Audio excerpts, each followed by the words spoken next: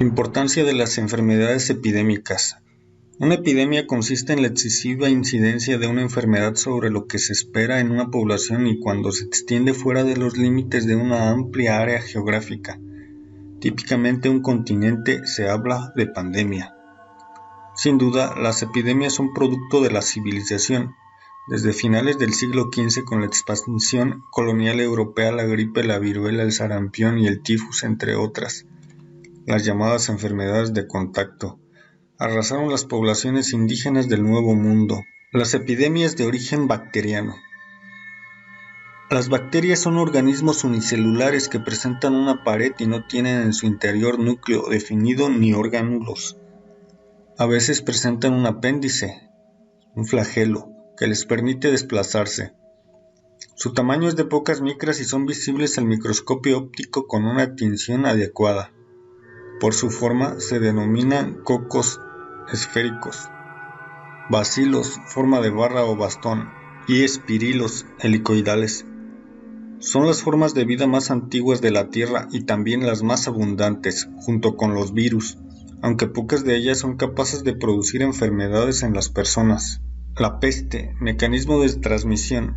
Se transmite por la picadura de la pulga de las ratas, que son su reservorio, y de otros roedores, y con menor frecuencia por la de la humana, por vía aérea a través de las gotitas de saliva de un individuo infectado, por contacto directo o por vía indirecta, fomites u objetos contaminados. Se trata de una infección aguda y grave que proporciona inmunidad relativa y presenta varios tipos clínicos. Bubónica, la más común, tiene un periodo de incubación de 2 a 5 días. Cólera. El mecanismo de transmisión es el agua y los alimentos contaminados son los que transmiten la enfermedad. El reservorio es el hombre. El cuadro clínico, después de un periodo de incubación de 1 a 5 días, aparece. Fiebre tifoidea. El mecanismo de transmisión, al igual que pasa con el cólera, el agua y los alimentos contaminados son los responsables de la transmisión de las enfermedades. El reservorio es humano. El cuadro clínico, el periodo de incubación fluctúa entre 5 y 25 días. Tifus exantemático.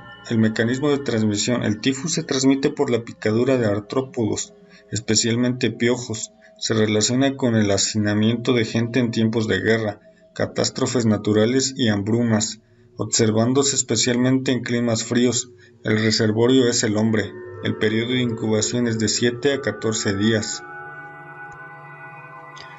La difteria.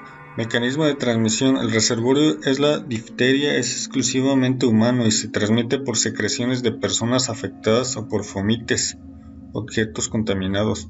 El periodo de incubación es de 1 a 5 días. Sífilis. El mecanismo de transmisión de la sífilis se transmite por contacto sexual, sífilis venérea, y también de la madre al feto a través de la placenta. Su reservorio es el hombre. El periodo de incubación es de 2 a 4 semanas. Epidemias de origen vírico. Los virus son solo visibles en el microscopio electrónico. Al no poder reproducirse por sí mismos, tienen que hacerlo en el interior de las células y normalmente se componen en una envoltura proteica que contiene en su interior material genético, ADN, ácido desoxirribonucleico, codificador de las instrucciones genéticas para el funcionamiento y desarrollo de todos los organismos vivos, o ARN, ácido ribonucleico, encargado de la codificación y descodificación regular y expresión de los genes, siendo básico para la síntesis de las proteínas. Viruela. El mecanismo de transmisión del reservorio es exclusivamente humano y se transmite por contacto directo con afectados u objetos contaminados, fomites, o por vía aérea a través de gotitas contaminadas. El periodo de incubación es de 7 a 14 días. Sarampión. El mecanismo de transmisión, la vía aérea, el contacto directo y los fomites son las vías de transmisión del sarampión. El reservorio es exclusivamente humano, de 1 a 2 semanas. La fiebre amarilla. El mecanismo de transmisión de la fiebre amarilla es transmitida por la picadura del mosquito y otros mosquitos de los géneros Aedes, de la fiebre amarilla selvática. El periodo de incubación es de 3 a 6 días. Poliomielitis. El mecanismo de transmisión. Las vías de transmisión de la poliomielitis son el contacto directo, la transmisión fecal-oral y probablemente la vía aérea.